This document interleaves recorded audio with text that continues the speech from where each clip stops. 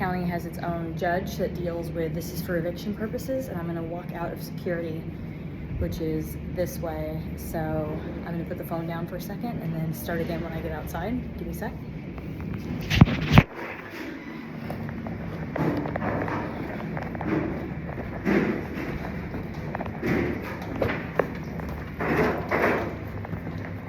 See ya. Thank you. You too.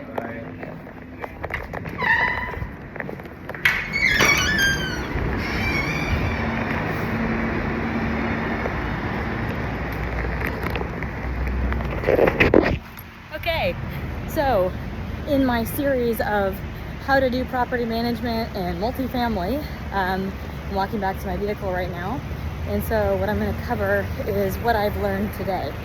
So this is crazy. I've been told before that a civilian person can't e-file for themselves, that you have to be an attorney to do that. That's not true. If anyone ever tells you that, they're trying to control you. So no, this is the jail actually in downtown.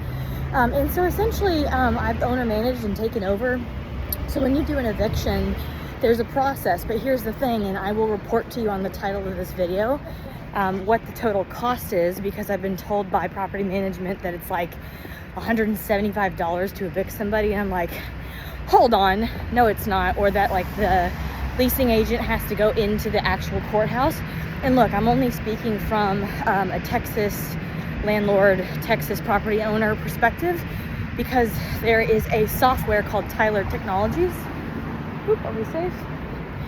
Across the street, look both ways. Tyler Technologies owns where we free e-file in Texas. So if you're a pro se person, you're not denied justice.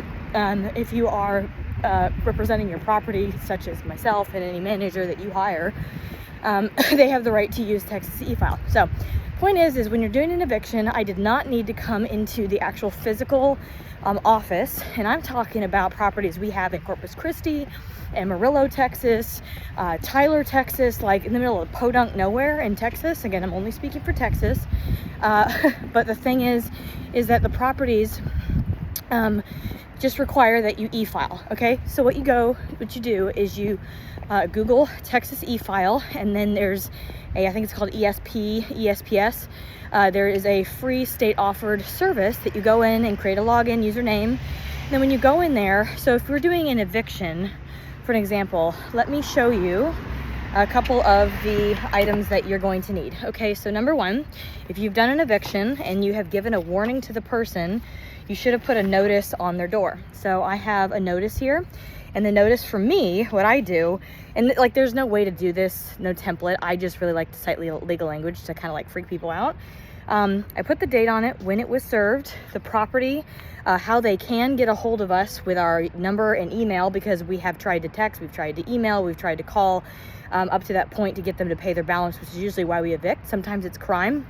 By the way, we have them sign a crime-free addendum now in Texas, so that if they screw around and do anything that has to do with a misdemeanor or any kind of felony, they can be just removed and evicted the next day, and there's no way to do any kind of appeal. So you have the form basically, and then how to contact us.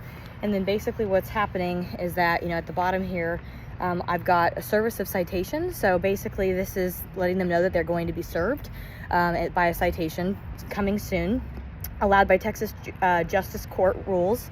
And then we're requesting for a judgment. I'm letting them know that, first of all, we're getting the notice to vacate, when it's happening, what are the grounds for that.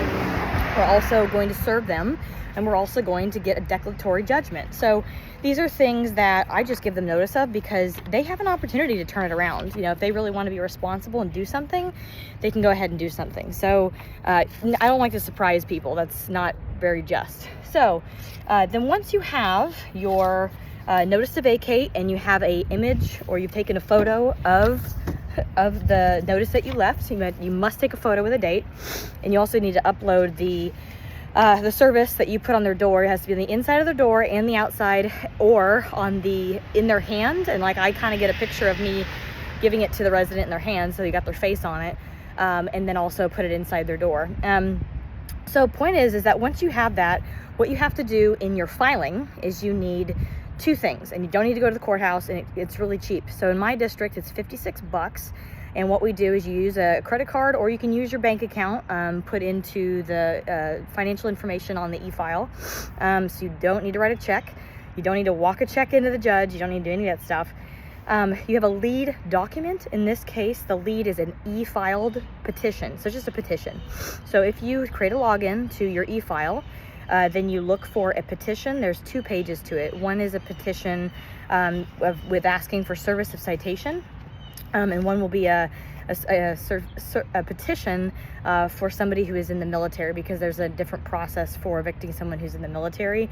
They pretty much can kind of say carte blanche. So unless they're already gone, and I won't get into that. So a normal civilian person, you just do a petition using e-file. So you go online and they have a form for you. It's a PDF, and you can just fill it out. You fill it out with all of the residents' information, and then basically save it on your desktop.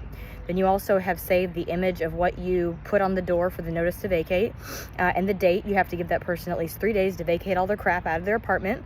And then basically once you put the lead document, the petition, and then also your notice to vacate, you attach that to your request. So it is actually, you're filing for a declaratory judgment is what it's going to be called. So you attach those 2 things, pay the $56 for the declaratory judgment. Then also you need to choose the service. I cannot individually, unfortunately, go serve them. I'd love to, but you have to have a constable do it. So here in Tarrant, after you paid your $56, they'll actually have you pay for service also.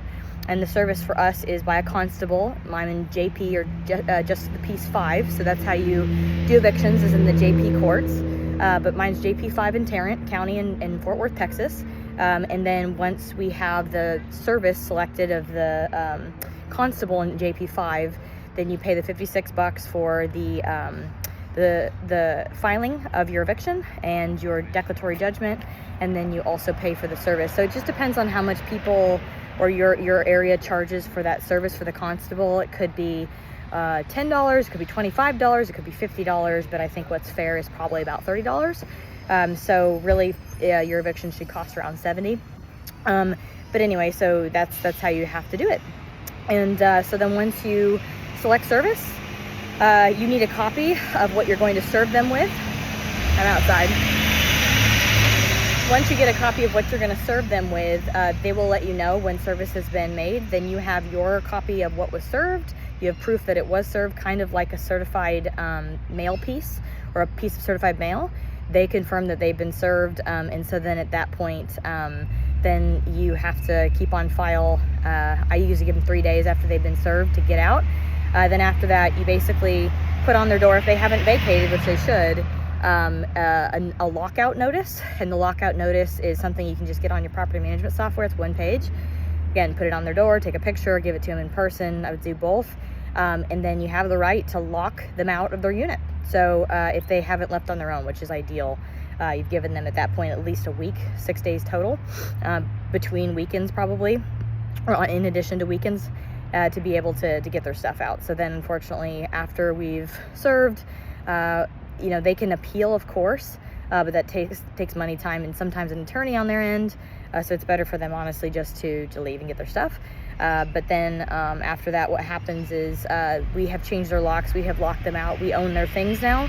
And basically, after that, if they want to appeal, then we go to court. And basically, I have to show proof of all the things that I did to give them notice, to try to collect payment, notice to vacate, that I had the right to change the locks, and then at that point we can the judge should rule in our favor. Also, if we have a crime-free addendum and there was any crime and that was the reason for the eviction, that's our ability, once we go to court and they're appealing, to give it to the judge and say, hey judge, we had the right to remove them in 24 hours once they committed a crime. So because of that, we no longer, the judge will basically just rule in your favor because they already signed that crime-free addendum. But basically, once you're going to the appellate court to talk to them about what you did, because you've documented your notice to vacate, you've documented your service, you've documented that you e-filed, you documented that you also had a constable serve them, you kept the service papers yourself, so the judge would rule in our favor, especially because, and this is why we picked Texas, because it's very landlord, business, and tax friendly. So they are very landlord friendly, and as long as we followed the due process that the law requires, that's how you get an eviction. All right, another day in property management.